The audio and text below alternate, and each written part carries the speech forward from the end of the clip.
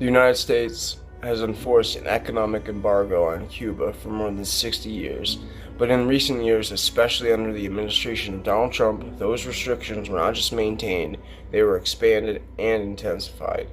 The original goal of the embargo, going back to the 1960s after Fidel Castro took power, was to pressure Cuba's government, but over time the policy evolved into something much broader, affecting not just direct trade between US and Cuba, but also how other countries interact with the island.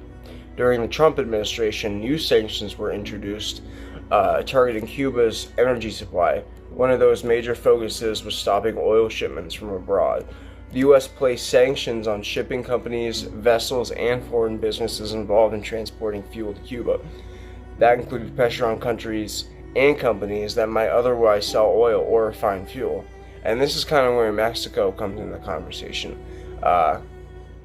Mexico, through its state oil company Pemex, has at times supplied fuel to Cuba, but under increased US sanctions, those transactions have become much harder to carry out. And it's not that the US has literally passed a law saying Mexico cannot sell fuel to Cuba, but instead they created consequences for anyone who does. And ships can be blacklisted, companies can lose access to US financial systems, and banks can refuse process payments. They can refuse to process payments. And once that happens, even legal trade becomes risky. So in practice, fewer companies are willing to get involved. Under Trump, Cuba was also redesignated as a state sponsor of terrorism near the end of the administration, and that moved another layer of restrictions, making financial transactions and international partnerships even more difficult.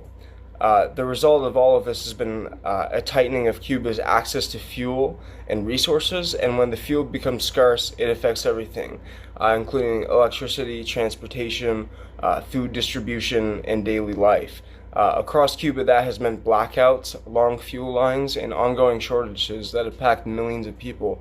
Supporters of these policies argue that they are necessary to pressure the Cuban government politically.